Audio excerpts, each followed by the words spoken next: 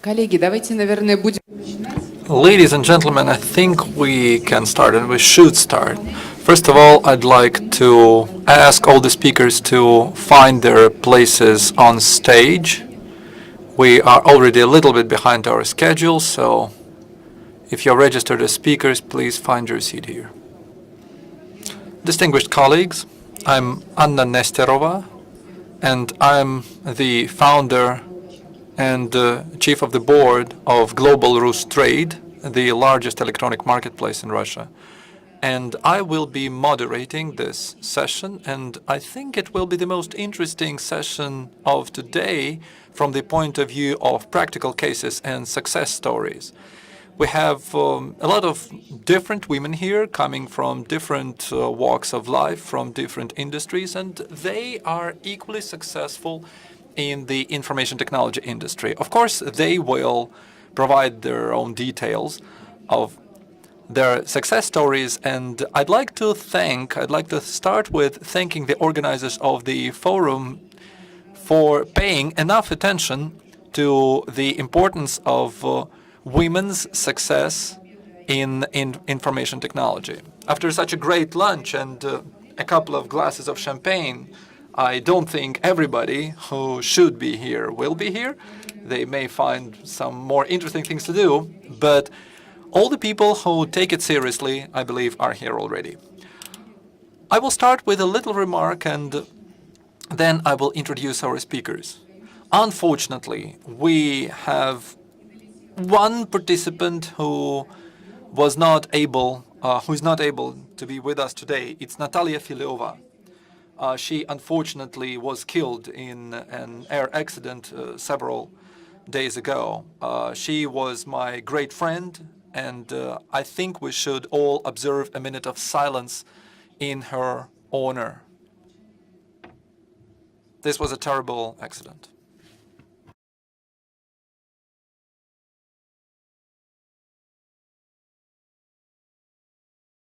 Thank you.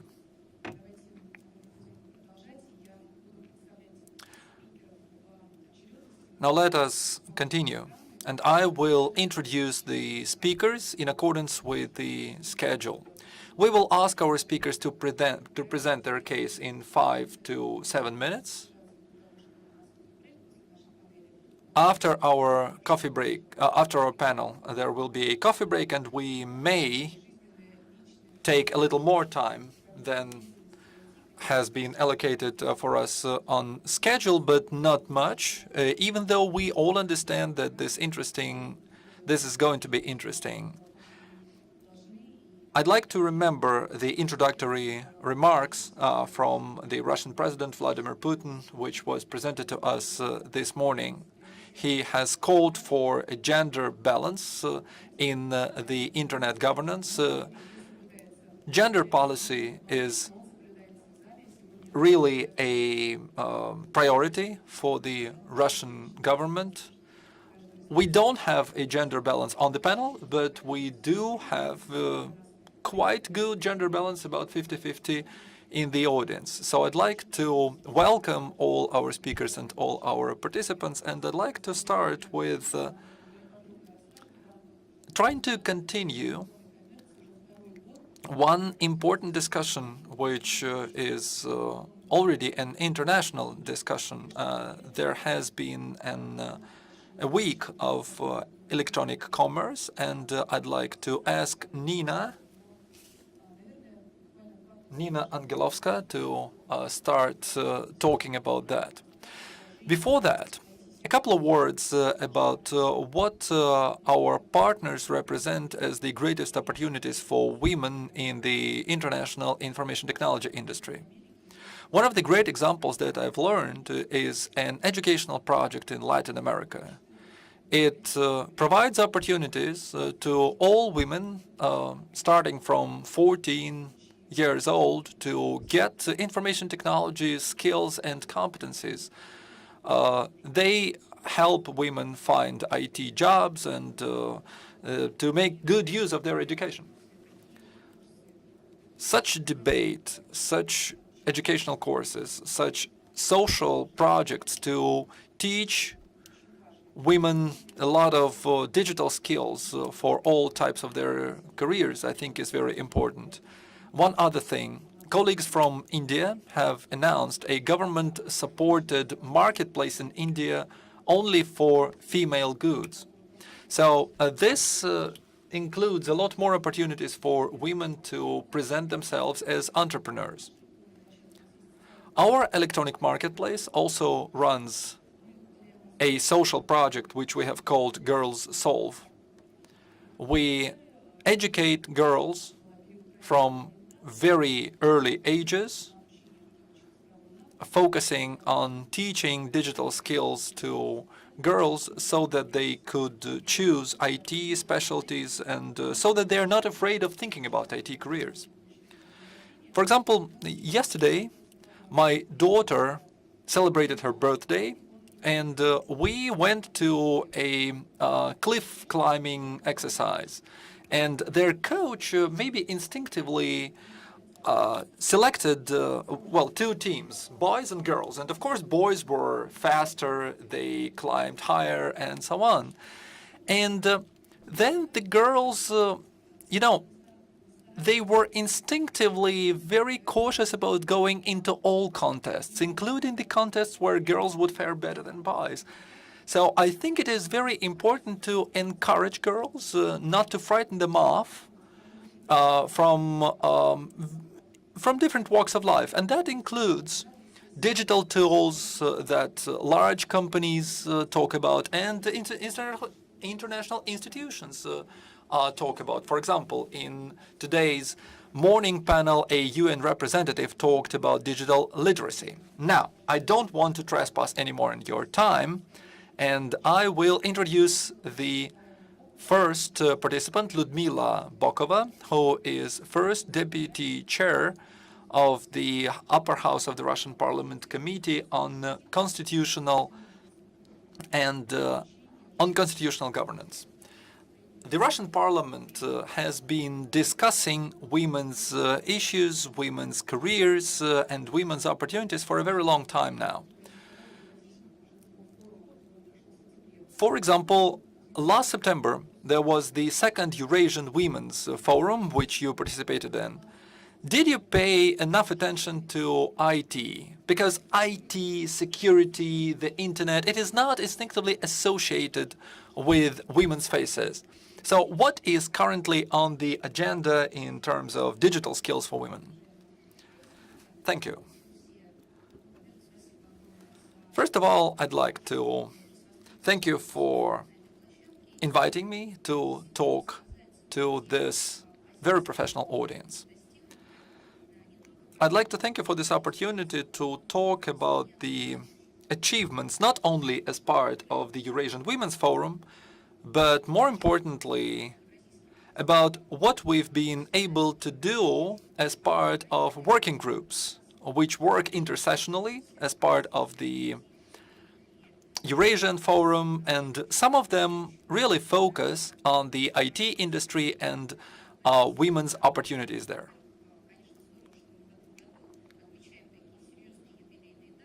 It's good that this year is a landmark date, 25 years of RUNET. This is a very important landmark for the national segment of the Internet. It's important to look back and see what exactly we have achieved and where are rooms for improvement.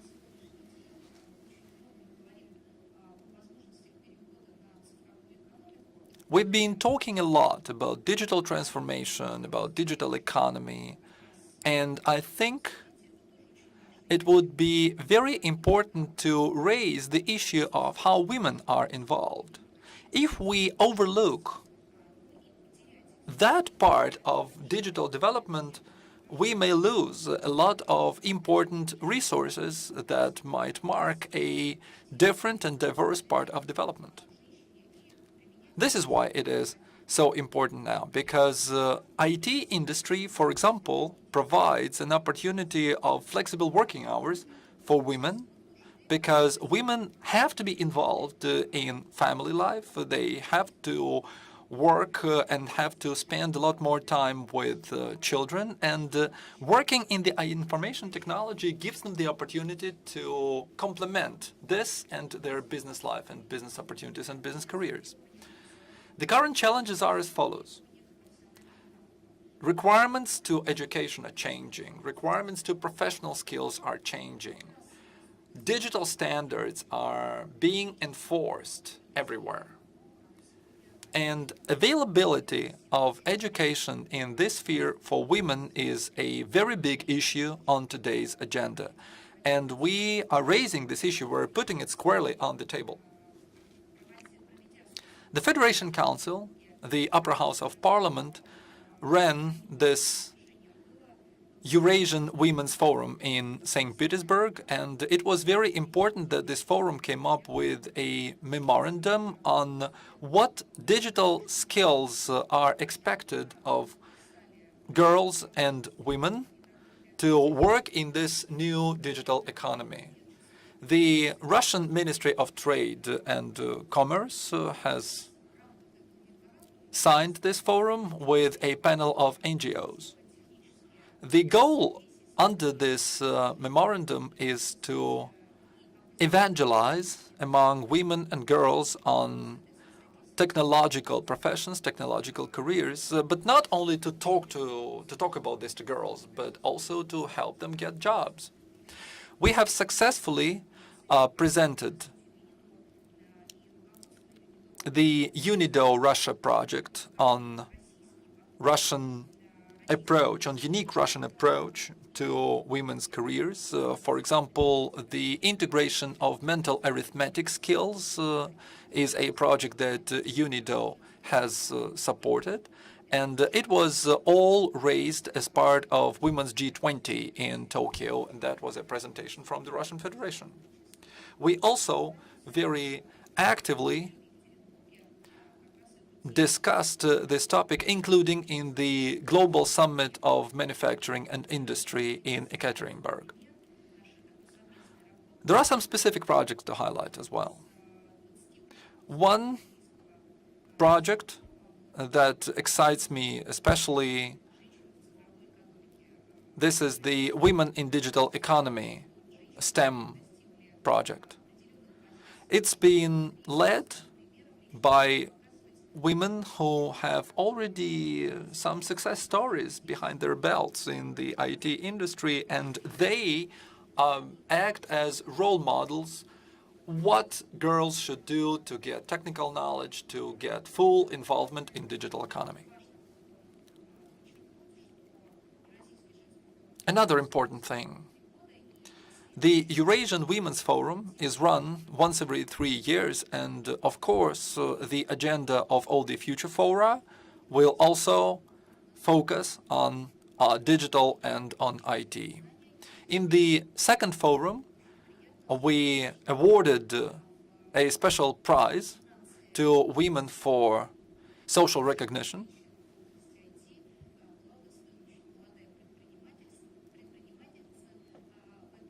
And our winner for an IT career is very young. She is just 24 years old, but she is already recognized as a real role model, as a real engine of progress.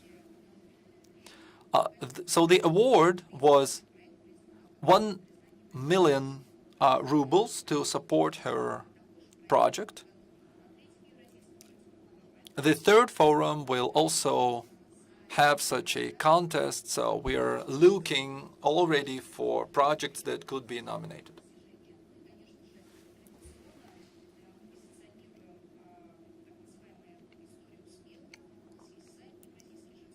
On our website, we post women's success stories, and we make sure that we really make those success stories popular, and we ask others to provide more communication to get as much feedback as possible. There are some legislative initiatives on the table.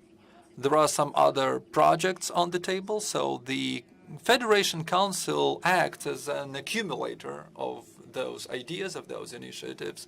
We work very closely with the Russian government because they are co-organizers of the Eurasian Women's Forum. They support our initiatives. We discuss those initiatives together. And of course, the best projects will get government support as well. Talk about what the upper house of parliament is doing.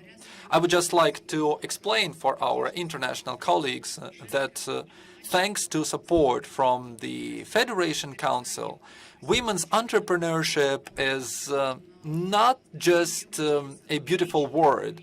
They have created a strategy to support women's entrepreneurship. It was presented personally by the Speaker of the Federation Council, Valentina Matvienko. So she is personally responsible for this forum. This forum is run once every 3 years, but there is a lot of everyday work behind the scenes, and the board of the Women's Forum actually does all this day-to-day work. And that is also thanks to Ludmila, who is represented here. So we can say for sure that in our country, not only men support women's entrepreneurship condescendingly, but women as well. And the Russian president takes it also very seriously. At the latest Eurasian Women's Forum, she was personally presented. He personally visited this forum and provided introductory remarks. So there is a lot of support from the highest levels of government to women's entrepreneurship in Russia. We will continue. Women really contribute a lot to the economy. There is still a gender gap, but a lot of women are already top managers in the largest companies. And our next speaker really plays a unique role. The next speaker is Elena Volodina. So you, with your humanitarian education, and I think it would be counterintuitive to think that you would become one of the biggest women in Russian IT, in Russian internet. What are the skills that you would require to be head of ladymail.ru? Would a man actually compete with you? And actually, do we compete with men at high levels of commercial management?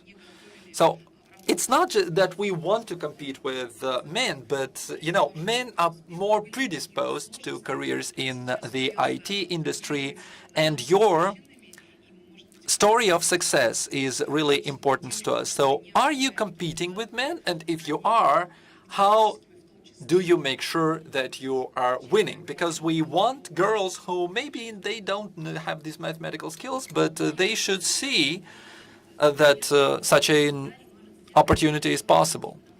Well, in fact, my story is very often referred to. I am a journalist. I graduated from the journalistic school in Novosibirsk University, and I was a journalist, I was a correspondent, then I was editor, then editor-in-chief, and so on. And on the 4th of April, 2011, 8 years ago, I went to ladymail.ru as a culinary editor. In a year and a half, I became editor-in-chief, and in another year, I became head of the whole project, ladymail.ru.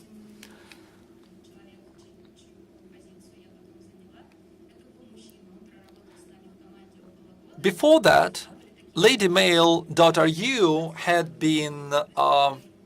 been actually headed by a man, and he had been there for a year, and everybody would laugh because everybody would say, hey, and this is the head of ladymail.ru, and he would be a man, and he would come lumbering to the stage. So, of course, it is more intuitive, it is more understandable that a woman is at the helm of this project. he had been a very tough manager, a very tough boss. He would, give Raffaellos or any other sweets to the girls on the 8th of March. He would bring us flowers and all that male stuff. I don't know why I'm telling you this, but maybe just because I want you to draw a picture of how it felt. In the end of each year, Lady Mail.ru runs a feedback meeting so that all the reports tell their managers and bosses about how they felt working with them during the year. And so he asked me a question. So, okay, Elena, if I'm run over by a bus tomorrow, will you go to our boss and will you say that you want that you want my position? And I said no. I said I'm a journalist. I don't know a thing about being the boss of the entire organization. I have not done anything like this. And he said, this is the wrong answer. I think you should go to him. I think you should tell that you feel that you're strong enough to get this position. And I thank him for that, because it is great if you have such a mentor like this who draws you out of your comfort zone and pushes you toward achieving more. Quite fortunately, he was not run over by a bus. He just went to a higher position. He decided to develop his career in a different way, and he went to our boss and he said, this woman is strong enough, and now I am head of the project with the readership of about 20 million people every month. So I work in one of the largest IT companies in the country. In fact, I have never even dreamt about this, because to me, the glass ceiling of success used to be editor-in-chief of some publication. And if you want to develop your career further, you're editor-in-chief of a smaller publication, then you're editor-in-chief for a bigger publication, and so on. I never thought of myself as a media manager. And I think it's a great misconception that in order to work in IT, you have to have the mathematical knowledge, you have to know how to write code, and so on. To understand figures, to understand mathematics is important, because I have to work with analytics, I have to work with statistics a lot, and I have to understand what figures tell me. And that was one of the big shifts in my career, because before that, in my journalistic career, I had been paid for working with words. Now they pay me for working with figures. In fact, I'm free to write texts, actually. I wrote a book, and I had a book published last year, Zen in a Big City. But now they don't pay me for that. They pay me for understanding what is important and what is not important to our users and our website. I can restructure the web page because of my understanding of what's important to our users. So I'm really working with figures now, rather than words. I had not even thought that I would be good. So there is a joke that every software developer is a little bit a humanitarian now, and vice versa. And it is true, by the way. It is not just a joke. So, for example, the Higher School of Economics runs the School of Digital Communication now. This is very important, so that you're not just a journalist. You graduate as someone who makes videos, who, for example, works in SMM, and who knows something about journalism as well. Journalists must be able not to write texts, but to edit photos in Photoshop, to edit videos, and so on. So if you want to be competitive on today's digital market, you have to have a lot of digital skills, even if you are just a journalist. And journalists can easily move to marketing specialists, to designers, to SMM specialists, you can really choose what exactly you want to do with life. And you don't have to know any code. I don't have any code, and I don't think it really makes me a bad top manager. Top managers, they work on soft skills more than hard skills. Just to finish off my short story, I'd like to give you a very interesting example. We have an outsourced specialist. She moderates the website, she works with authors, with writers, but she is not yet even a bachelor, right? And a year ago, she came to me and said, I don't want to do this job anymore. She works in the culinary department, and I said, why? Why don't you work this anymore? And she said, I don't want this culinary thing to cast a shadow over me. And I tell her, hey, Sonia, I am a woman with a big culinary shadow over me. I've run the culinary column on the Cosmopolitan website. I would write only about food, and I would make culinary videos, dancing while cooking, and so on and so forth. But now, do you think I'm not taken seriously? So, for example, I'm speaking from the panel of experts, women leaders in the IT industry. So, I think it is very motivating because a lot of stereotypes, they sometimes stop women from actually trying to do what they can do really best. Thanks, Elena. Once again, I need to introduce you properly. According to SimilarWeb, ladymail.ru is the world's #1 most visited internet resource for women. I think you said a very important thing to me. You gave the example about an outsourced worker. So outsourcing and soft skills are two very, very important things to me. When we started this project, Girls Solve, we didn't want to teach girls how to code. We think it is important, but we don't think it is the most important thing for entrepreneurship careers. We have soft skills block.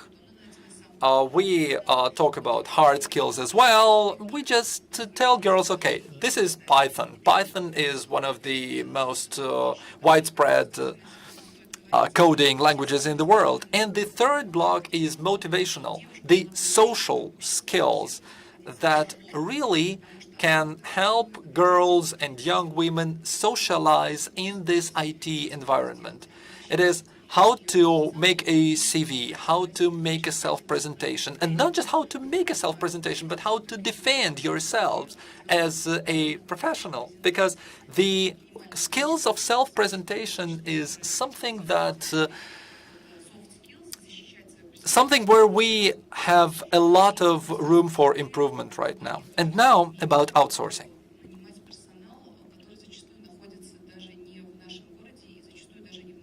Our company works with a lot of personnel, not in the same city, sometimes not even in the same country. And this is a big challenge, I think. It's important to give women opportunities to work flexible hours, to work, for example, somehow on their maternity leave and so on. Because the IT industry provides much more opportunities to women than maybe industries which require physical presence. For example, the internet is not just programming, it's SMM as well. We actually employ a woman now who does SMM for us, and she works from home. We don't have to allocate some office space for her, and we can control everything she does and so on. Same thing, beta testers. Beta testers can work from home, and they can also contribute a lot. So it is also very, very important that you provide opportunities to women to work from home. And I will add something. We have another example of an outsource worker. This woman, I think, has 4 children now. And 2 of those children she gave birth to as she worked for us. She graduated from a Moscow university, but now she lives in Vologda. It is far north, in a small village. She has an internet connection, and she has a very successful family, a very successful personal relationship, and nonetheless, she has worked successfully for us with flexible hours, but she is a very, very valuable worker for us. All right, let's continue.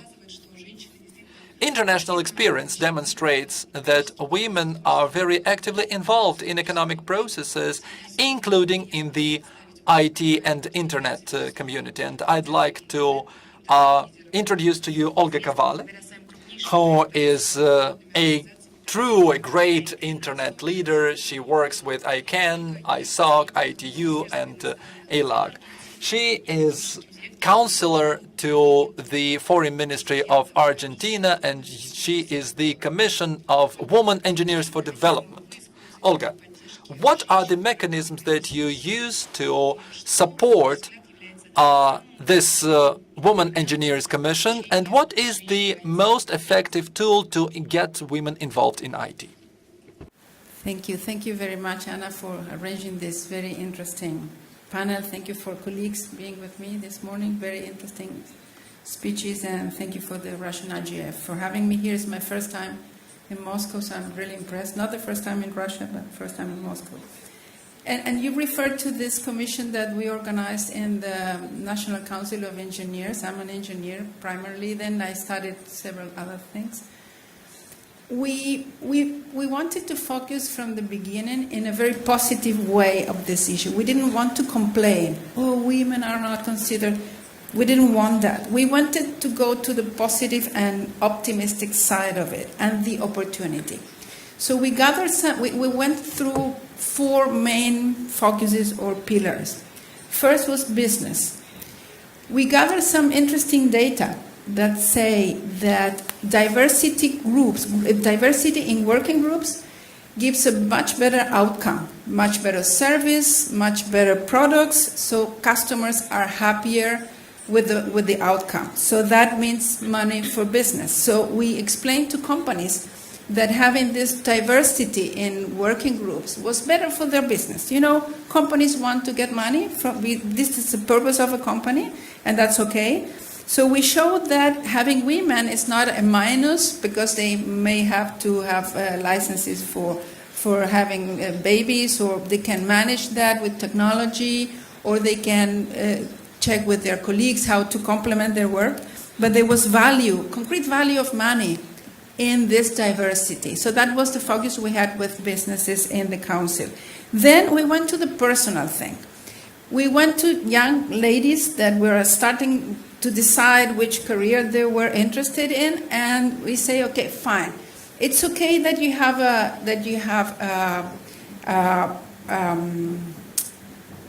that you may want to do something, but have in mind when you choose your career that you have to support yourself in the future, that you have to be economic sustainable. And all careers related with ICTs, whether they are very technical or not that much technical, but somehow engaged with that industry, have a lot of demand and are well paid. Also, you can develop an international career. So you will have good money, you will have work, you will have demand for your career, so you can develop a very interesting professional career. So have that in mind when you decide. So vocation is fine, it's okay, but have in mind that you will be an adult young person and you will have to behave economically independent. Then we talked with the government saying that for the economy, in developing countries like mine, I live in Argentina, in South America, or Latin America, we are all developing economies. Having trained people in ICTs is important for development. So for the government, it was okay to support our work and promote these careers among young women because that is good for the economy and it's an opportunity for women. There are few women in the industry, so it's good to have more women. So that's another positive one. And the other one and perhaps it's the one motivating for me, it's the social aspect. Argentina has free universities, very good free universities where you can study whatever you want, and very well considered internationally as well. So if you don't have money, you can also go to university. You have to study, of course. You have to do your thing. And we thought that education is an important element for economic sustainability. And let me tell you why this has a social impact. In my country, and I'm not saying this is the worst, but it may be important as a number, it's one woman is killed every 26 hours by family violence. We think this is very bad, and we think these women cannot leave their homes in spite of the fact that it's a very aggressive place for them. They cannot leave their homes because they are not independent, economically independent. So we think that with education and with having a good training, with a career that has demand, they can have their independence. And if they find themselves in a very not nice situation at home, they can leave their homes, they can find another home, they can take their children with them, and not going to the police, and then when they come back home, then maybe have an aggressive situation with their family.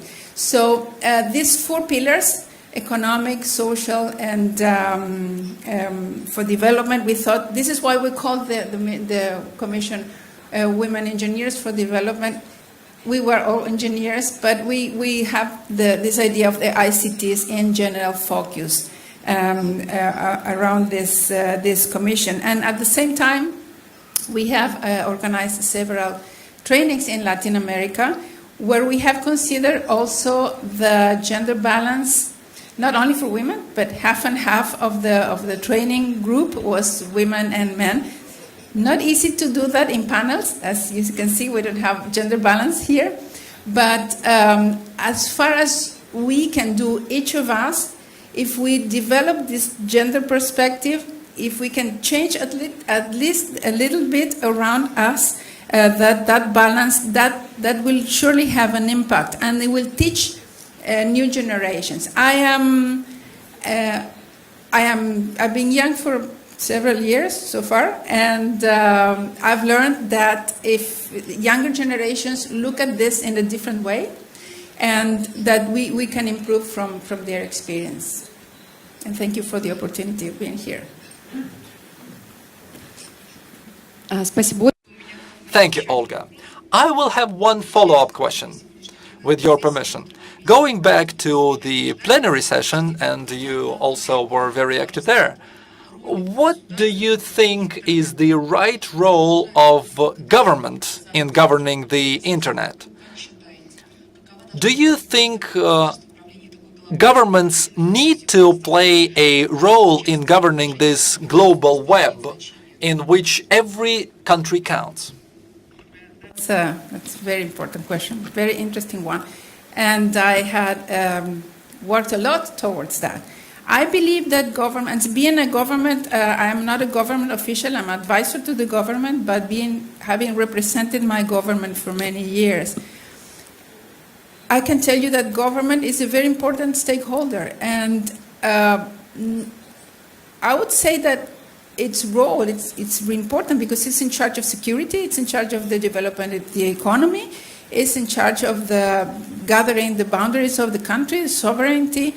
So the role as a stakeholder is, I don't want to say that it's more relevant, but it has to be considered as a primary source of regulation.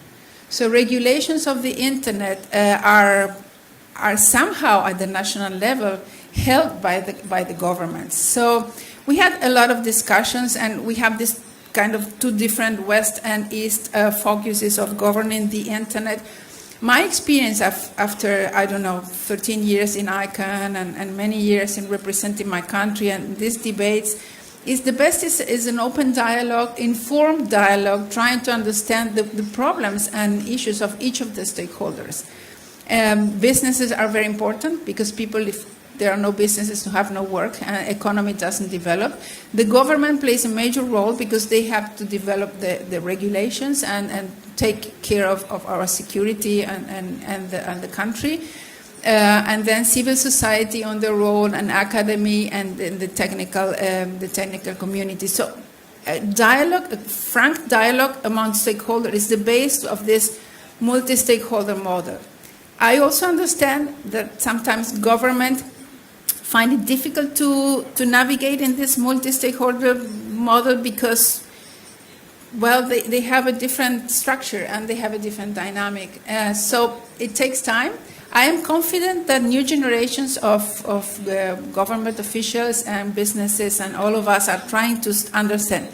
If we don't talk to each other, the internet goes everywhere and goes through every one of the stakeholders. If we cannot talk to each other and try to find a solution, none of the stakeholders alone can do that. So the governments have a relevant role there.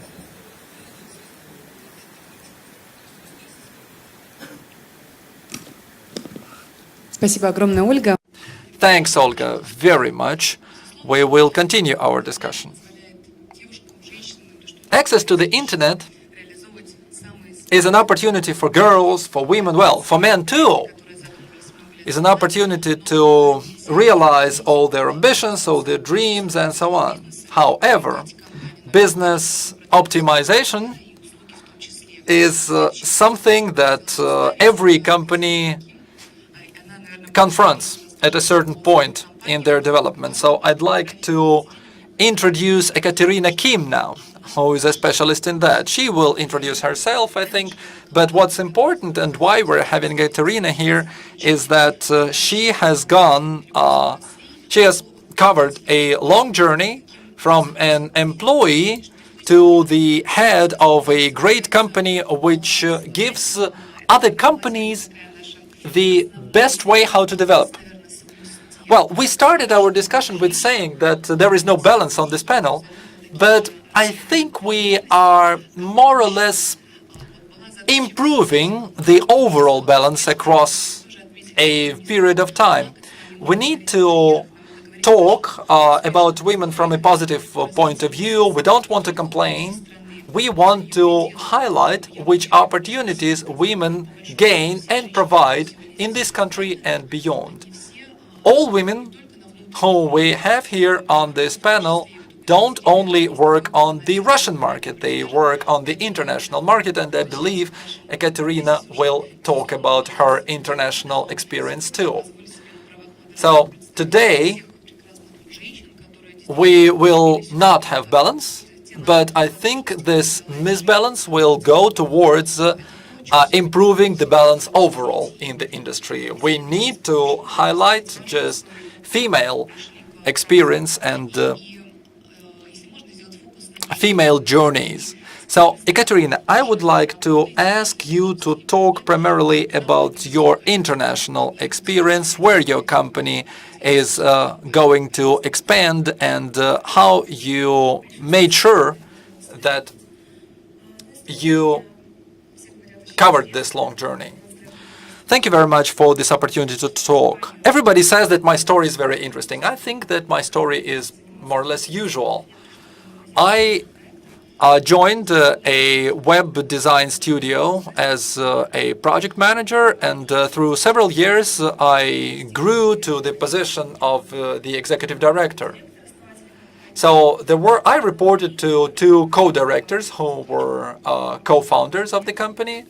So I gave birth to a third child, and I went on maternity leave, but this was a pretty short maternity leave, just 1 week, and I came back to work, even though I didn't leave home. I worked from home, but I felt that there was some kind of a glass ceiling above me, and I wanted to develop further. I liked introduction of CRM systems, corporate portals to optimize business processes in companies and others. So through a negotiation with my co-founders, we agreed that it would be a great idea if they start a new project they had wanted to, and I will be the sole top manager of this company. So I bought this company from them. And I would support you saying that it is very important not to be frightened off.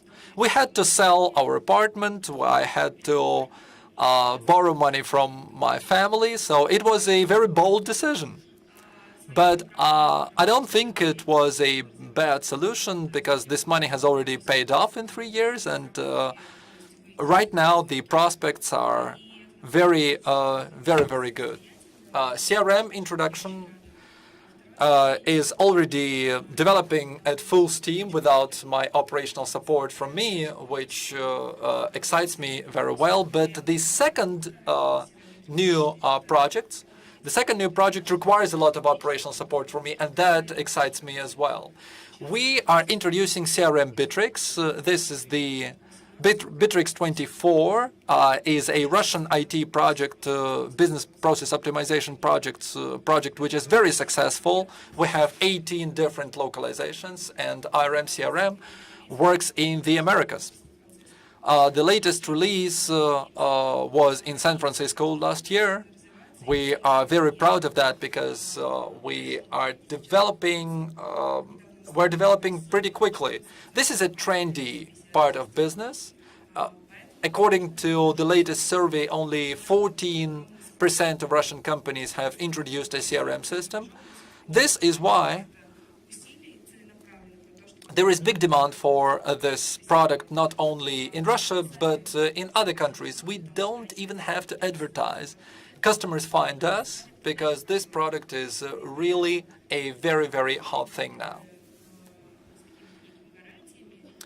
Customers want partners with good reputation, with good experience, and Russia is a very good country from that point of view. We have worked with UAE, Germany, Japan, Korea. Well, I'm Korean by descent, and I speak Korean pretty well, English not so well.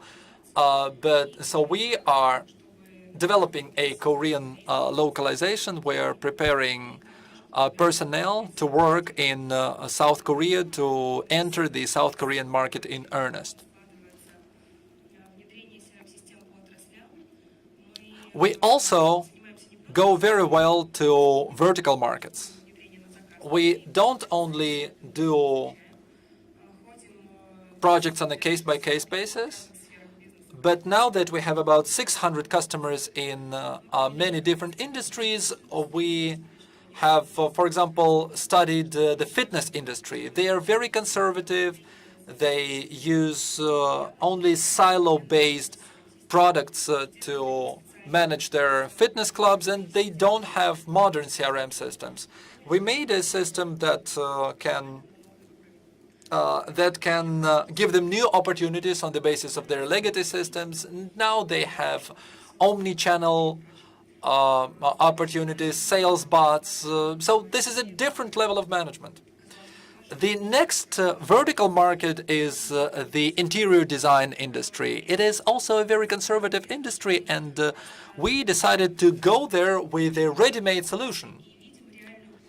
Right now, we see that there is a lot of demand, and it is very exciting that we go to a company, we automate their business, and their business improves and expands right away. And when you automate the entire industry, the industry just goes boom and goes through the roof. This is why I like my work. And in fact, I can't say we are a girl company, but when I joined the company, 90% of the personnel were men. Of course, they were code developers, and you understand that type. And they actually were very surprised about the change of leadership because the previous leader had been a code developer himself, and now there was me, a girl coming in with just the management skills and so on. So there was a lot of resistance. And I had to change part of the team. In fact, in 3 years, I had to reassemble the team in a major way. Some girls, well, we have a lot more girls now. They're good code developers, and they're good and systemic mathematicians. For example, the Higher School of Economics, their School of Systemic Analysis, gives us great staff. So I think we are in a very positive trend, and I think it is very good that women's entrepreneurship is really a trend, not just a trendy topic now, it is a positive topic now, so there is no discrimination and women have equal opportunities. Well, I will open one secret to you. I think you already know that chercher la femme is a great phrase in arts. If you see a successful man, look for the woman, right? Is there a man behind you, right? Because we don't want to say that we are 100% independent and so on.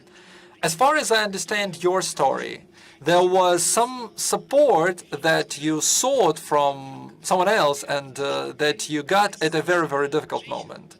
And second question, you are part of the women's community who doesn't know how to code, but nonetheless you are at the helm of a company whose coding is, the core part of their business now.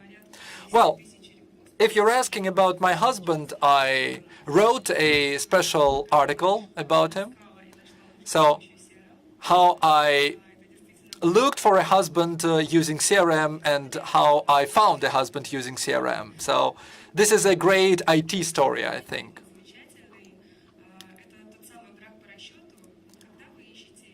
Well, my marriage is a calculated marriage.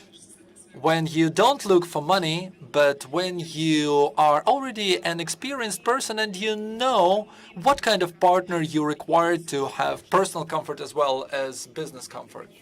So he helped me buy out this business. We had been together for a couple of years by that point. And when I complained to him about my glass ceiling, he would say, you just don't know how strong you are. And then I asked him about, well, we have a mortgage, we have 3 children to raise, and so on. But he said, no, you will get my full support on this. And he actually supported me, and he is the biggest advisor on business to this day. And the second question was about the lack of digital skills, which has not impeded you from buying a company and from starting to work with the team in the company. Well, I have an engineering background, but I'm not a code developer, so I didn't have any digital skills. And it was hard to manage code developers, I can tell you. And when I was, I was alone on top. And I think the skills that I had really lacked were business skills rather than programming skills. But what do you mean you really lacked business skills? Would that be a woman thing?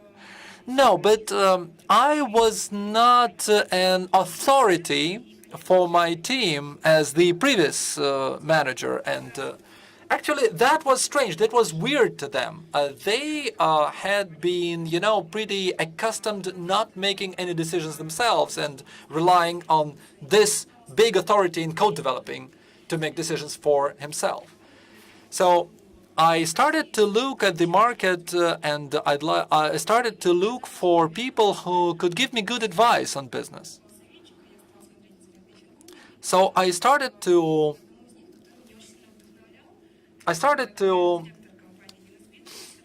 work with Sergey Ryzhikov, who is CEO of 1S Bittrex. I came to him and said, we are your partners. And I have this predicament of a team which does not think that I'm authoritative enough to lead them. So I asked him for advice. I asked him to become my mentor. And when I told my colleagues about that, and when I told my former partners about that, they told me, "Are you mad? Ryzhikov, so, you know, he is he's way farther than yourselves in a career, but he turned out to be very accessible, and he has been my mentor for a couple of years now." When he said, "You really need to understand your product. Maybe you need to understand your product at the level of a contact manager. And the second thing you need to learn," and I don't know whether it would be politically correct to say that you shouldn't give anyone the opportunity to hold you by the balls, right? But with you, it's not going to be the problem. And he said, "If your team doesn't respect you, just change the team. You are at the helm of the company." And well, and I said, "Okay, fine. Well, you're a strong woman and no mistake. And I don't think a lot of men will be courageous enough to take you on." Now, I'd like to pass the floor now to Nina Angelovska, just to introduce Nina a little bit. Well, we share the same sphere of business. We are in electronic marketplaces, and we know that the internet has changed the world. 20 years ago, some things were deemed impossible. Now they are possible just in one click. And e-commerce, well, at least people are interested to know what it is. In the plenary session, we talked a lot about the new selling opportunities across the world. We know how e-commerce is developing very proactively today. There are a lot of large giants, but some companies are very dynamically developing. They are presented in B2B, B2C, C2C in specific country segments. There are some industry-specific marketplaces or, universal marketplaces. Some e-stores are also developing, even though they are not marketplaces. So I will introduce you as the founder of Grouper MK and the member of the Macedonian Association of E-Commerce. Tell us, please, briefly about why you decided to become an online platform. What are you selling? Are there any specificities in Macedonia about the development of e-commerce? How many marketplaces you actually run now? And what are your prospects for development? We are represented already in 100 countries, and our main priority is to promote Russian products across the world, but we also work, for example, with our Indian colleagues about importing Indian products, but we, of course, focus on socially important and socially responsible goods. So, are you focused on some specific goods in your marketplace, or you are universal? Do you have international contacts that give you prospects for development? And why did you come to this project at all? Thank you very much. First of all, thank you for having me here. It's my first time in Russia. And I'm a role in a woman in IT panel because I'm coming from Geneva. I was speaking at also woman in e-commerce changing narrative panels 2 days ago. And it's a pleasure to be sitting here around all amazing ladies here with amazing stories and experiences. And in terms of my story, there is a small presentation there, but I will just firstly tell you how I got into the business of e-commerce and what is our business. Where to start? I can say that I had this vision that I'm going to be an entrepreneur or launch an e-commerce company, but I fell in love with e-commerce during my studies, and I was studying effective economics. It was a newly opened department which was called e-business, and I fell in love with the big E, of everything. In 2006, I started my college and my undergrad studies. And that's how actually I got to love and to develop a passion for e-commerce. While I was fourth year studying, just before graduating, I was very competitive by nature, and I won one business plan competition. My competitive nature was showing everywhere. I was winning in even drinking games, and I was devoted to gaining knowledge during my studies and trying to be best at whatever I do. Because my mother taught me that since I was a little girl, she told me that we can have houses and we can have money, but all that can be gone one day. But what you cannot lose is what you have here. So give in and take whatever your studies, and not just the university, but whatever life gives you. So I was trying to catch up and to learn from everybody. And then I won this most innovative business plan competition, and I got a small Czech award prize to start my business, and that's actually how we started Grouper. I was 21 years old. Since we are here all female panel, I was not worried that I'm a woman that I'm a girl. I'm very young back then, but I was more worried that I'm very young. How will people perceive me when I go to sign agreements? Will they be worried that I'm very young, and will they think that I'm not as experienced? As I heard from this panel, I would like to share that what I see is that you all needed a bit push, either from your husband or maybe from your mentor or your boss, and that's actually what we need to change here. Because I don't know if it's a Pareto rule for men and women also, but you will see a male that it has like 20% of the knowledge of a woman has, but he's like 100% full of himself. He is self-confident. He has his head up high, and you see a woman which has 80% of knowledge, and she has only 20% of self-confidence. We're not as ambitious as men, and I think that's why that women do not aspire to high positions that much. It's not that there is the glass ceiling, definitely this is still a man's world, but we should aim higher as women. So back to my business, Grouper is actually a marketplace. We started as a build platform. We are an intermediary between the merchants and the end users. To just make a bit of comparison numbers, congratulations on the 25th anniversary of the root domain, RUNET, and I heard lately that there are 5 million websites. And our country, Macedonia, which is now called North Macedonia, has around 2 million citizens. So just to make a small comparison of how small the country is. And when we started, actually, we were like a start to the e-commerce market, because we should create the market for ourselves in order we should educate the market first in order to create the market. Nobody was using payment cards, lack of trust in online buying. There was no regulation in e-commerce. We launched the business in 2011. So practically we would teach everybody what a CVC code is, what an email is, how to open up an account. And we have 200,000 users now, so practically every 10th person you meet in the street in Macedonia has a Grouper account. We'll be soon launching to one new market. And over the years, I think that we have grown, because I don't think that you can grow unless you constantly innovate and constantly adapt and change and learn. So over the years, we introduced a lot of new features to our core business, which was intermediary, marketplace.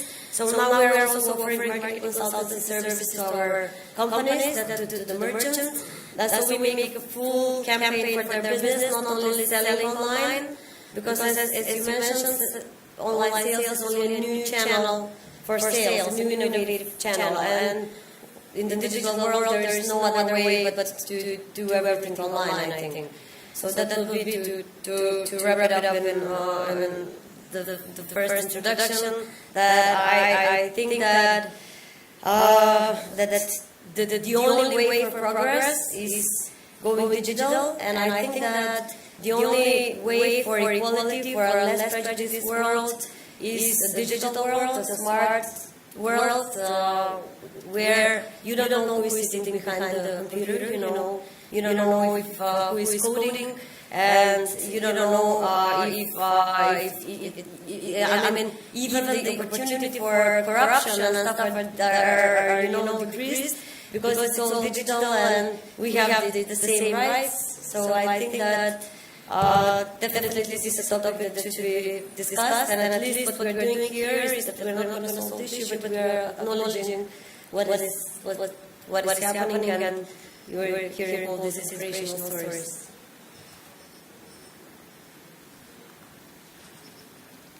А в рамках вашей ассоциации есть ли Within какие-либо your образовательные association, программы, do you have сфокусированные на any женском training or предпринимательстве, educational обучение programs женщин в focused ВКТ, on или вы не women's разделяете между entrepreneurship мужчинами и женщинами, or проводите параллель involving и каких-то women in дополнительных знаний не IT, считаете or нужным are проводить, you, или gender наоборот, agnostic вы in считаете, this что это sphere? важный Are аспект, you на gender котором нужно focused сфокусироваться, or просто gender вот agnostic? ни разу не озвучили вот какую-то вот такую женскую You have составляющую, not есть ли на even маркетплейсе, told не знаю, собираете ли вы anything, данные, especially какое female, количество about the женщин-предпринимателей marketplace. So зарегистрировались do у вас you на know, маркетплейсе, for продают свою example, how продукцию. many Этому внимание merchants уделяете? of your customers are women?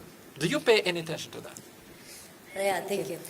So the association, I was speaking before about my business, so I'm representing the business sector as a business owner, but I'm also president of the Macedonian E-commerce Association, which was actually established a year and a half ago. And it was again because of the passion to change the e-commerce in Macedonia. You know, we had a lot of challenges, we had to change and lobby about relations. And so we started the association, which was mainly in the first year when we launched it. The first three questions that we asked were, where are we now, where do we want to be, and how do we get there? So we did an analysis of the situation, the current situation, what's happening with e-commerce in Macedonia, in all sorts of different fields. And digital skills is not a problem of only of the LDCs or the emerging markets or developing countries, but it's also an issue everywhere in the world, I think. So we found that digital skills is one of the questions that we should address. And we had especially designed seminars and trainings for called Ladies in E-commerce. So we tackled the gender dimension by offering this to either to companies or to students who wanted to learn more. Let's say, we packed a 2-day extensive agenda and trained around 60, with the first trainings, around 60 women in e-commerce. And in terms of how big is the market and how many of our merchants are in e-commerce, because the association does a lot of other things besides research, advocacy, and we are now a very strong representative of the business sector. And we're not speaking only about e-shops or merchants or e-commerce companies, but we're also speaking about, because you know we need a holistic approach. We need to involve delivery, we need to involve shipping, payments, banks. It's not, we cannot see it only as e-shops, but we need all the stakeholders in the picture. So we gathered also the government stakeholders and all these things. And in Macedonia, there are only the statistics are not only not good, but we are lacking numbers. And we did an analysis of all of the registered e-commerce companies, and there are around 500 active e-shops. We do not have data how many of them are run by women, but from my personal experience, still the startup and entrepreneurs in Macedonia are mostly female or mostly men. So, but as we were discussing here about women entrepreneurs, there is a study that shows that women are better leaders than men. This is a Harvard study, so it's a fact. And when the measurement was done in 16 competencies, and the 2 competencies that women outperform men highly are taking initiative and driving for results, which are crucial leadership skills, you know. But we have the question again, and why women do not aspire for higher positions. So if they aspire, I believe that the world will be a smarter and greater place if we have more women. So in our company, 75% of our employees are women. And I am the CEO, and I have 2 other co-founders, which are men. So I think that if we aim high, we can dream big, and we can say that the sky is the limit for women as well, not only for men, and break the glass ceiling.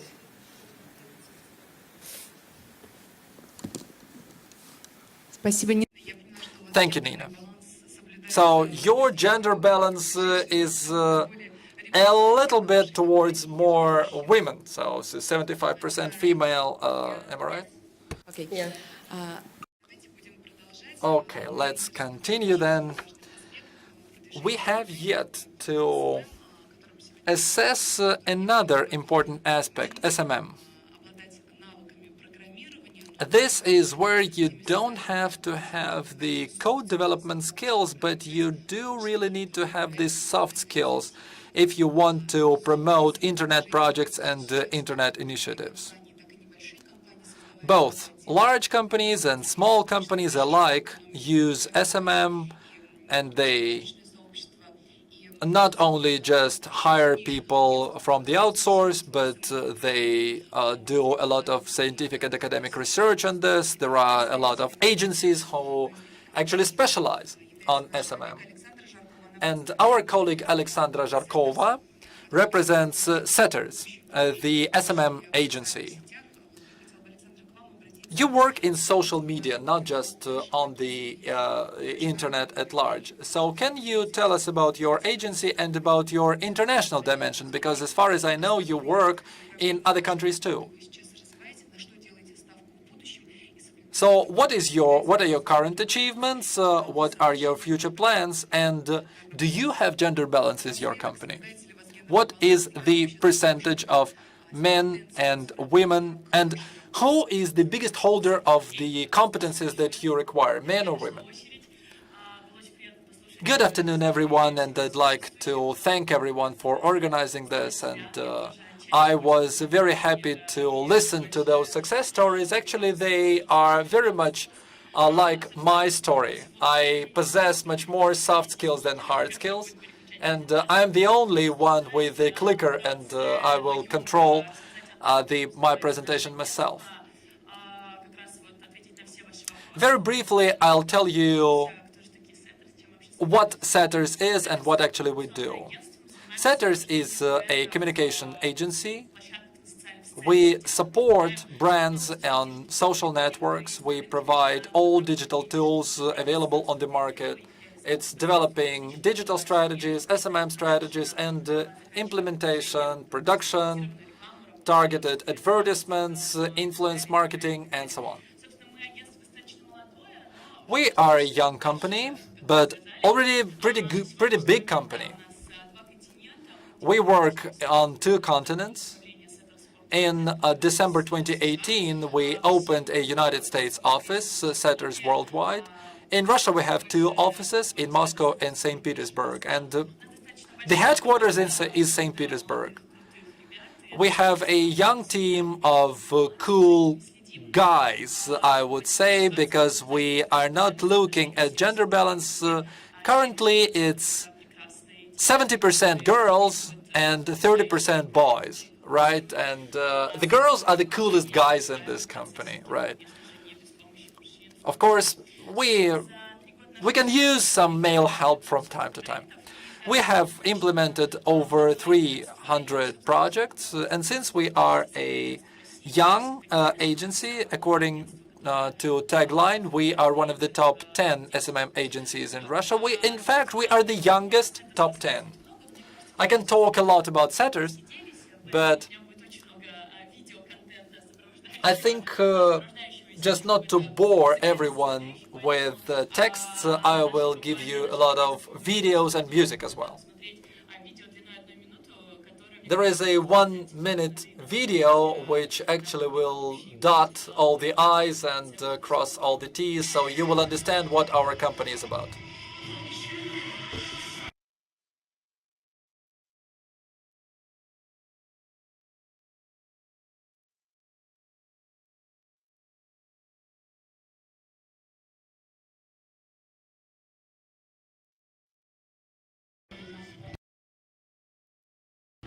Microphone, please.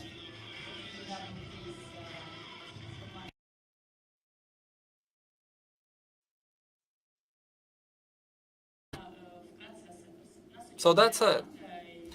Like I said, we are a very young team. The oldest is 32 years old, so we are a millennial company. These are the key foci of our business. We are more about digital than IT. We do SMM in different platforms. We represent various brands, various really different brands, different objectives. We work with influence marketing. We work with micro-influencers, opinion leaders, and so on. Production is photos and videos is a focus because social networks don't like to read, they like to see. We have opened up event management. We are very prominent in online, offline activation too. Digital includes email marketing, context advertising, website development, and application development. Strategy includes big projects with analytics, with research, and so on. But without a good strategy, you will not know where you're moving. And design, I think we have the strongest design function among agencies because it is very diverse. It can work with many different formats. We can capture all the trends, even though they pop up every day. Life is very quick today. Consumption is very quick, so we think digital is the most important sphere in this. Sometimes a lot of big things change every day. Some new functionalities pop up and some old functionalities die. So you have to work in turbo mode. You have to work 24/7. These are our customers and partners. Of course, we did not come to these companies just in one day. It all started off as a three-guy company. We didn't understand actually how this would end. But now we work with large companies. We work with fashion, beauty, FMCG, finance, and others. And this is what you asked me to talk about, our international dimension. So I'm not even used to being referred to as an international communication agency, but we started Setters Worldwide last December. And actually it was a good opportunity. We think that it is a very interesting prospect. We were interested in the American market because this is where most of the social networks center and all the trends and functionalities, well, they pop up there first. So we assessed the market. We thought that we would be quite successful there. I cannot boast of any specific big cases there because we've been there for several months, but we are actively in negotiations with several large companies. We've implemented several strategies already, so that's in brief. Alexander, but I think you ducked the question, what was your personal story of coming to this? Just maybe 3 sentences. Why this? Why you? And how? And and I know that you have some educational dimension. So your personal journey to this. Well, I don't think I quite understand how I came to this. I'm a marketing specialist. This is my background. So it is a very rare occasion that I actually work. I do what I learned to do. I graduated 4 years ago from the university, and right when I graduated, social media marketing started to develop, but it was not systemic, it was pretty chaotic. So I was quite excited about this.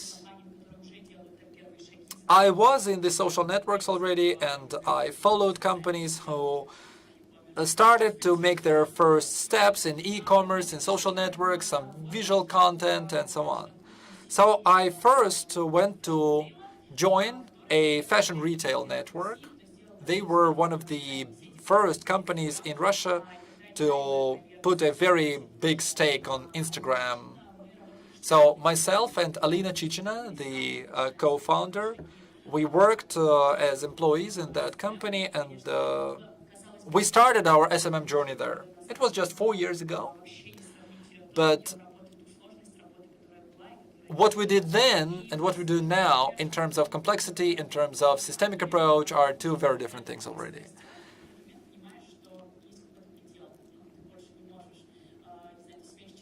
So after the first year, you understand that there is no more inspiration, there is no more fantasy, you cannot be as creative as before for the same company. And we actually both came to an idea that it is not good to work for the same project all the time. So it would be much more cool to create various projects for different companies all the time. So that was... yes, there were three. Myself, Alina Chichina, and Evgeny Davidov, a man. Oh, yes. Even men are not born without men, you know? Women are emotional, spontaneous, and sometimes unpredictable, and men could actually, well, the role of a man in our company was that he would put an abrupt end to endless discussions between women. So there were no investments, there was no support. We just we paid 1,500 rubles for the website, and this was the official start of Setters and your educational projects.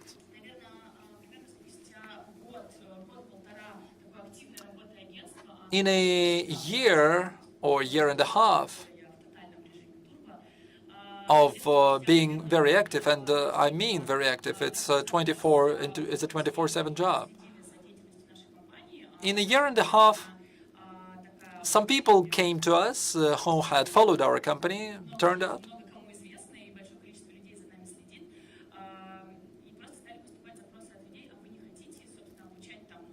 So, do you want to teach other people actually in what you're doing?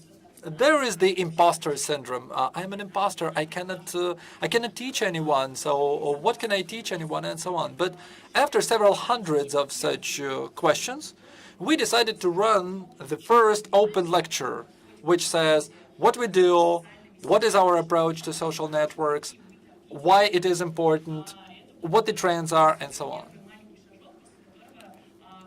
That was the first small step, and it gave some birth to Setters education. Currently, this is one of the focal points. Setters education would not exist without the agency, but it supports the agency. Setters education is about having practitioners as lecturers and instructors. We don't work with people who are just speakers. We make speakers out of practitioners on the basis of our standard, on the basis of our approach and vision. So the biggest problem when we started to get those questions from the outside was that we did not have enough lecturers, because no one teaches people how to work with social networks. So we decided to make such an educational project to teach our own employees. Right now, this is not an inside story. This is a global thing already. We have about 8,500 students going through those programs in 2 years in 50 Russian cities.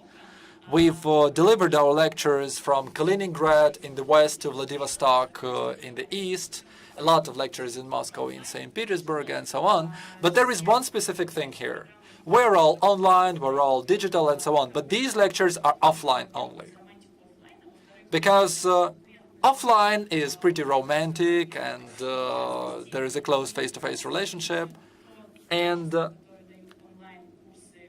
we don't like the quality of online courses in Russia. And this is why we think that there is a deep distrust toward online education, and we share this. So we enjoy this offline experience. Yeah, offline is a romantic relationship. Good. And that brings us to the last, but definitely not least, speaker in our today's discussion. It's Oksana Selendeva from CODI. I'd like to start this debate on digital literacy.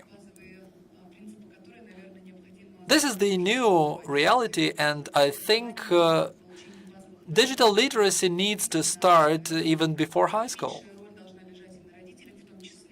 And I would say not just educational establishments, but families, parents need to also start talking to their children about digital literacy. So Oksana is the founder of CODI, the International Coding School for children between 3 and 18 years of age. To you, digital education and digital literacy is not just a word. The United Nations is talking about this, BRICS is talking about this. In fact, digital literacy is one of the focal points of the Digital Economy Working Group as part of BRICS. Actually, Russia has signed a memorandum with China on the BRICS-wide digital educational forum, and we invite everybody else to join in. So a lot of people are talking about this. You are one of those who do this on the ground. How you do this? Online, offline? Is offline romantic for you? Or is online effective to you? Because not in all regions you can really go with offline. So how do you do this? Why do you do this? And what is your story and what is your journey to this?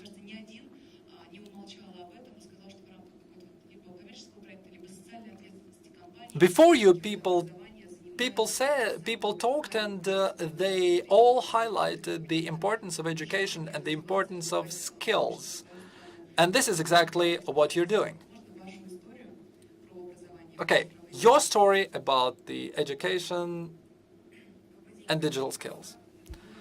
Hello, everyone. Anna, Ludmila, Elena, Olga, Katerina, Nina, Alexandra, and dear colleagues in the audience. Hello, everyone, and I'd like to thank everyone for saying what you said.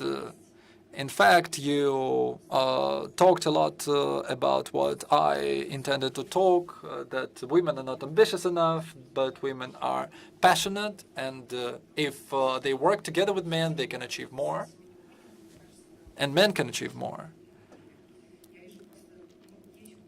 This is a great topic. I travel the world a lot. Just recently, I came back from the United States, and I actually saw what diversity means. I don't even know how to say that best in Russian. So this women's topic is, you know, the spirit of these times. So in the very beginning of the 20th century, women would fight for their rights in Britain. Now everybody fought for the blacks' rights in America, but now everyone is again fighting for women's rights, like women, like women lost their rights somehow. Well, I'm a woman, but it is really important to me not to, you know, be better than men or get more opportunity than men. I'm for equality in everything. Just I'm gender agnostic, even though I'm a woman. So it's hard for me to talk about the success story. I don't even understand what a success story is about.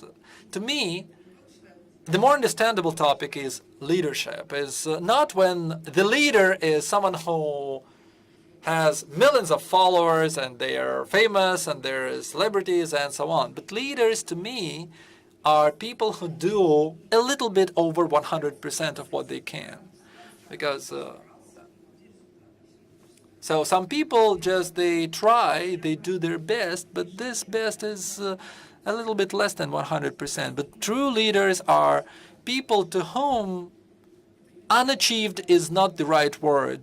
These are people who always aim for more than they can, and it turns out they can consistently. So I would not talk about whether it is men or whether it is women. I think in these times when re-education is a bandwagon that not everyone will jump on, both men and women need to assert new skills. Well, everybody will be needed in the new economy. Everybody says, okay, we need code developers right now. What about people who work on plants? What about people who work in hospitals? It's not going all to be covered by robots, and someone has to control the robots.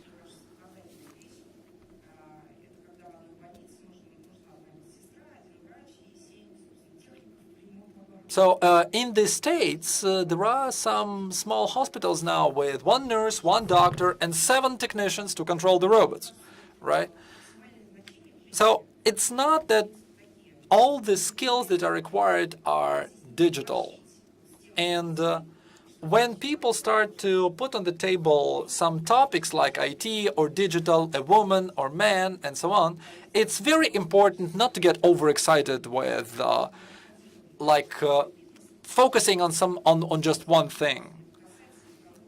To make a country healthy, to make a society healthy, we need everyone. So I will be, very cautious, and I will not try to. I will try not to get overexcited in what I say, because I try not to get overexcited in what I do. And there are a lot of other things that I'm really cautious about. Reinventing the wheel is something a lot of people currently do in this new digital economy. Not looking at other people's mistakes, not trying to learn from them is, I think, a really negative thing. So learning and educating yourself is important. Learning how to learn. So when we talk about mainstream, when we talk about what awaits us in 5 or 10 years, you don't have to be a professional futurist, as everybody understands now. In this country, we face a lot of challenges in all industries, online as well as offline, and I think all colleagues are involved in this process, starting from IT to education, because this is just about the money. This is just about who earns money on what.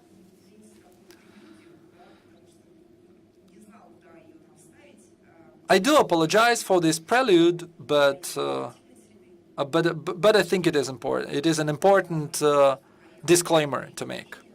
I come from the corporate background, and in my career, I had 3 pivots, like people like to say in startups. I have 2 financial educations, and I thought I would go to London Business School and I would work for a business consulting company. So I wanted a textbook career, right? But at some moment, something clicked. A man played a role there, and I decided to go into marketing, and I had to re-educate myself. It was in the UK, because the Russian marketing industry is a little bit behind the Western industry. So I was a Sberbanker. I worked for Sberbank as head of marketing. So I'm a systemic person. I'm a disciplined corporate player, and I actually is a big fan of Hermann Gref. I try to be a leader, and I try to emulate him as a leader.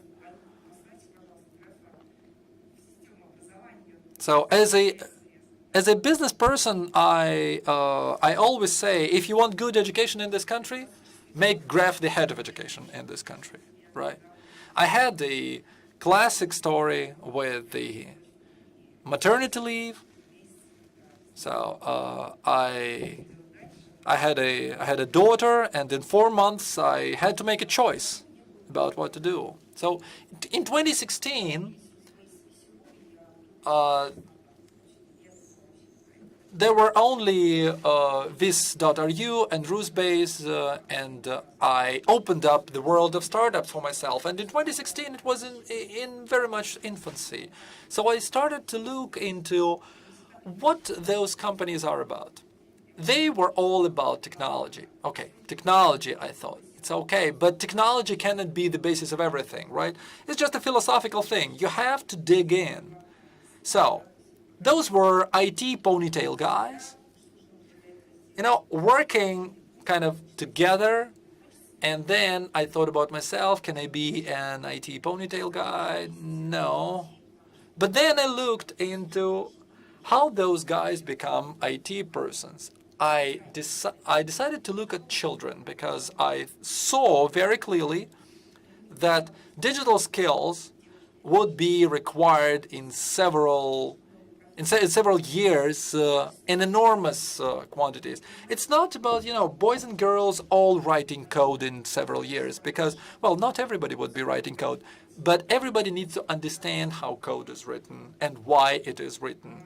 So everybody needs to have at least a general high-level understanding of why the internet is working and how he's working. My husband is a top manager in a big international company, but he wasn't a top manager at that point. He was my investor at that point, and he was, and he still is, my supporter on an everyday basis. So I know that he's always there to give me a helping hand if ever I need it. It's not about, man supporting a woman. It's about your people supporting you at every turn. It's the definition of your people. I mean, women and men have specific issues that are equally valuable. For tens of thousands of years, men would go out and bring back the food, right? Women would work closer to home. These are not stereotypes, This is how we all had lived for many, many thousands of years. And you cannot say, okay, now women are men and men are women. It's not going to work like this. It will not work like this. For example, the Americans did this big survey last year. And they actually said that if men go on paternity leaves, as well as women going on maternity leaves, when men deal more with small children, this leads women to focus more on their career. So this, for example, something I think that governments could, for example, pay for paternity leaves for men, just as well for women. They might as well try, not big money. I think I'm drifting from the topic, right? Well, it's not that much, but we don't have a lot of time. Just a minute about your project, because we've introduced you as the head of this coding school. Just a couple of words. Well, I didn't want to, to advertise myself. This is why I'm kind of drifting here and there. Well, this is what Valentina Matvienko said at the Eurasian Forum. There is only one step from modesty to being a nobody. So what exactly is you do, how you do it, online or offline? All right, self-advertisement then. I am the founder of Codi, the code programming school. Our smallest children are 3 years old. Our oldest are 70 years old. We are represented in 51 cities in 3 countries. In Moscow, we have 21 places where we do offline lectures with several hundred children. We do one-on-one things online over Skype. With children, group enterprises on Skype and group exercises on Skype don't work. We have over 70 courses on Steam. Steam is, again, something that was devised by Americans. Americans like to make acronyms out of everything. So it's science, technology, art and mathematics, and they have added one other M, manufacturing. This is just the United States thing now. They want manufacturing back, and I think it's going to come into our country as well, even without our school, but with our school maybe it's going to be quicker, because it's good for children to actually see the prospects for themselves. I'm saying about high-level prospects, because professions are going to change pretty quickly. I'm proud of my team. They're all very young, average age 23 and a half. Our youngest lecturer is 14 years old. Our oldest is 33 years old. More boys than girls. It's c'est la vie. It's, well, boys are more technical by default.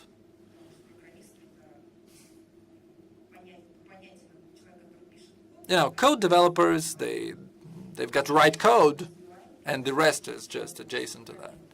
So there are 4 things that we are developing. Games, applications. We have a replica of a Stanford course, or a Harvard course.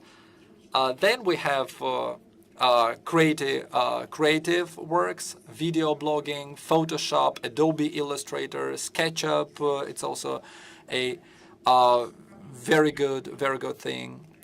Design thinking and so on.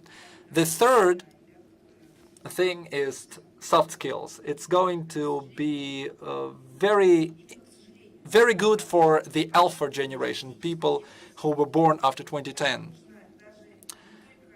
To know how to make things is not enough. Not just emotional intelligence is important, but critical thinking is important, communication is important, and vital energy is important. This is what I would like to say. This is a very multifaceted issue, and I'm already finishing. So we have to teach children how to learn, how to teach themselves, how to develop themselves. When I talk to parents, I actually tell them, you know, what's important is we want children to be confident, maybe self-confident a little bit. Sometimes we don't know how strong we are, or we think we have to compare ourselves with someone else, and that includes me. For example, I also have this impediment. So right now, the world is really flat. Right now, girls, for example, need to understand that they have good chances of running a family and at the same time running a career. This is the most important thing that a lot of people, I think now overlook. This basic psychology. On top of this basic psychology are a lot of tools and so on, but we have to, we have to understand that there is always this fear of instability. I think it was Nina. No, Olga, you said that about the risks of losing a job, that there is a risk. And a woman is a much more precarious position than a man in today's society in terms of, the possibility of losing her job, of losing her financial security, and losing her security at all, right? My daughter, for example, goes to the same school, and I see that it is important that our children should be on that train, which is currently whizzing past at a great speed. So when they are 18 to 20, when they come of age, so that they are confident that they are as ready for this new world as possible, so that they're not left behind.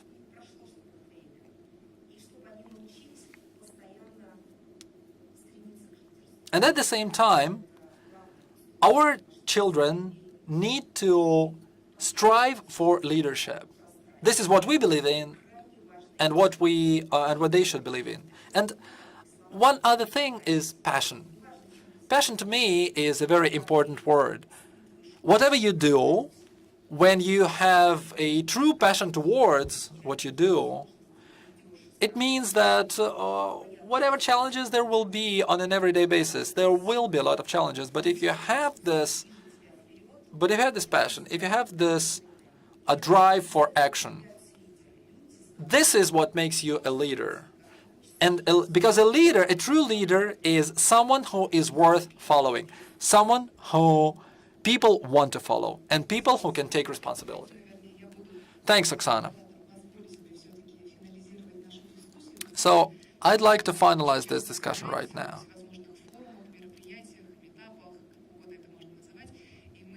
We talk very often in various fora, in meetups, and so on, and we start up these, very fundamental issues, what Oksana brought about, and then it dissolves somewhere. It goes into the thin air. Oksana, I think it is important that this discussion shows the faces of all these prominent women, but we should not just end this discussion with, befriending one another on Facebook and then congratulating on birthdays because there is a reminder on the Facebook and so on. So every time you have spoken, you talked about a point of support, someone or a husband or a mentor or parents and so on. As we put together this panel, it was pretty difficult to find the faces who can speak about their success story, because there's a lot of white noise around. And we thought that it would be a great idea to start a community. It's really easy to go on social networks, but it is very hard to find a group that would take things very seriously. So I'd like to ask the speakers, and we're not just speakers here. We are opinion leaders. Let's face it. I'd like to ask you a very quick question. Do you think that such an online community would help you looking for international partners? It's not just about women's entrepreneurship. I don't want to, divide women, girls, men, guys. So creating an online community to continue talking, continue discussing joint projects and so on. Do you think it would be a useful thing to do? Because otherwise we will, shake hands and go in all our different directions and never meet again. I understand that you were not prepared for this question. I was not prepared for that question. We have several minutes to do this. I like this discussion. It was good. We talked about internal and external things, about the external understanding and so on.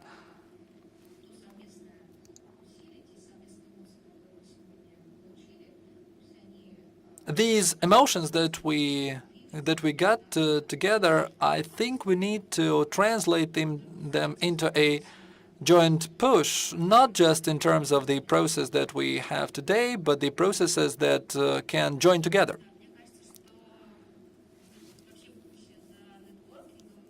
I think networking is the future. We are all in the digital business, right? And how can you talk about this without networking? I think it would be more interesting actually to do more offline meetings to actually see people face to face, even though you've been following them, for example, on social networks for quite some time. But I think it is important that such a community should be really gender agnostic. Because at a certain point, I understood that I am pretty skeptical about the women's ghettos. So men are not admitted, and we're so proud that there are no men around and so on, but who's going to carry the furniture, right? So I think men should also learn how to discuss things together with women, to understand whose skills work better. Because in a company, there is always a man and a woman. And maybe if they learn how to do this thanks to this community, it will become better. I heard many important success stories. I think I can be a link to Latin America for all your businesses and all your careers. And I can bring my ideas from Latin America to your nice country. So that's an offer. Thank you. Я тоже Спасибо, абсолютно Ольга. убеждена, что такие I also think that such communities would be very useful. I am a member of several entrepreneurship clubs, and in a year of membership, those clubs gave me a lot. I understand we don't have time for this, but I could give you several stories. You find people who think in the same way as you, who do the same thing as you do, and so on.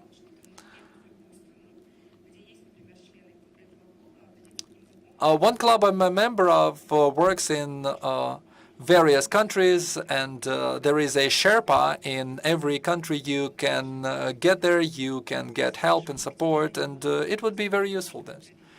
Ekaterina, Nina, your comments? I've been a mentor to a lot of young people, young entrepreneurs in the country. I was in the U.S. for 2 months doing a fellowship program at a university, also working with students there. And I would agree that networking is the future, definitely. And I would agree that sharing, we all need, it's all out of interest. And when I say interest, I don't mean money, but I think you want to talk to the people that you share the same interests with. And in these terms, you want to talk and network with the people you share the same pains with. Let's say you want to hear from someone who has walked the walk. And there are a lot of platforms, and I believe that this is something that should be done. But I think that something should be done differently. We have new ways of technology about matching people, because at the end of the day, this is my frank, because we are in Russia, and I heard that you are very frank, which I like. You don't pamper words like the Americans do.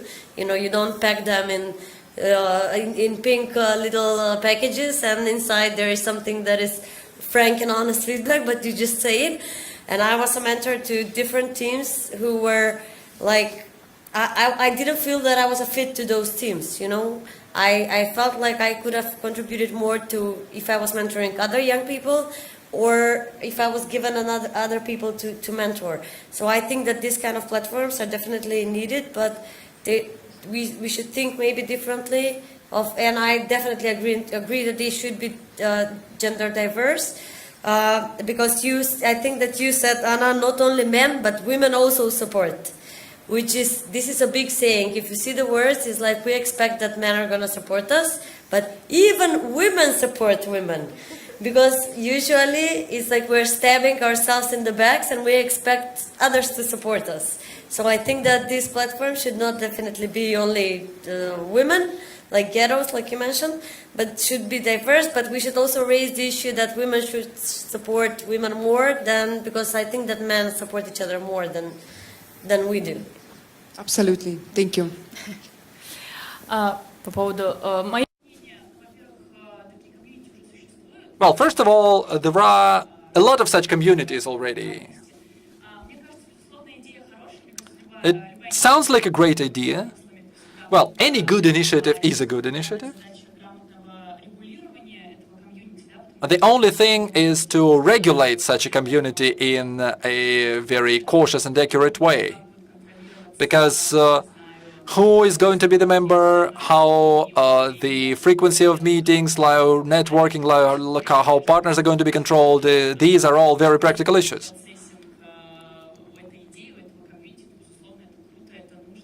So it's a cool idea, it's a good idea, it only needs to be regulated. People want to communicate more, people want this offline romance. Well, I heard that offline communication will become offline new luxury, right? Okay, Oksana, your comment, and that will be the end of this discussion. And once again, it's not, it's not orthogonal men to women, right? It's, creating a community, including on the international scene, where girls and young women who have started and successfully developed their business could self-advertise, could present themselves, and who could present their journey. For example, our colleagues from the People's Republic of China were surprised the other day that we are so broadly represented in other countries. They are not. And I think, therefore, this is an important thing. This is an important new thing to open up. We are open. We don't want to, develop some inside-looking communities. These communities must be international.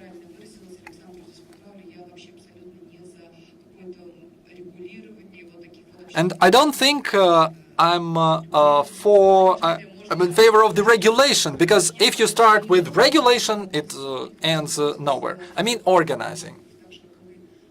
Well, there were 3 of you, and you took responsibility, and it turned out to be a great project. So several people who are passionate for this idea to create this online-offline forum to promote our joint projects, which we could discuss after this panel. Well, I would divide it into 2 parts. One is adults, women or not women, whoever. And second thing is our children, Generation Z or Generation whatever. We will retire pretty soon already. Someone would need to take up the challenge.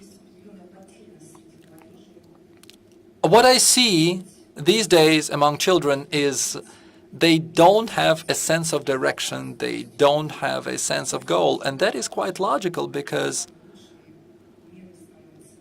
the world is changing too fast, and sometimes the role models that children have are not the best role models, actually. Old values die, and new values are too slow to be born. So prioritizing this, I would think about a community for younger generation, under 20 or under 25, to give them the sense of direction. Creating a community for adults would be a secondary thing to me. Thank you, Oksana. Distinguished colleagues, I would like to thank everyone, especially our international speakers, because you had to travel far. And I understand that it was pretty difficult to carve out some time out of a very busy schedule to talk to us about your projects. I'm saying very sincerely and directly in Russian way that it is very valuable, and we value those contracts. I'm a practitioner, right? If I say, I do. And I hope that we will continue this cooperation, including on specific business projects. So this community which I have just thought up right now could start with this small panel and could expand to this country and beyond. There are a lot of opportunities ahead. Thank you very much. Right now, I'd like to ask all the speakers to make a group photo on stage so that when we promote ourselves on social networks, everybody can see that the Russian and international IT sector has a very, very beautiful female face as well.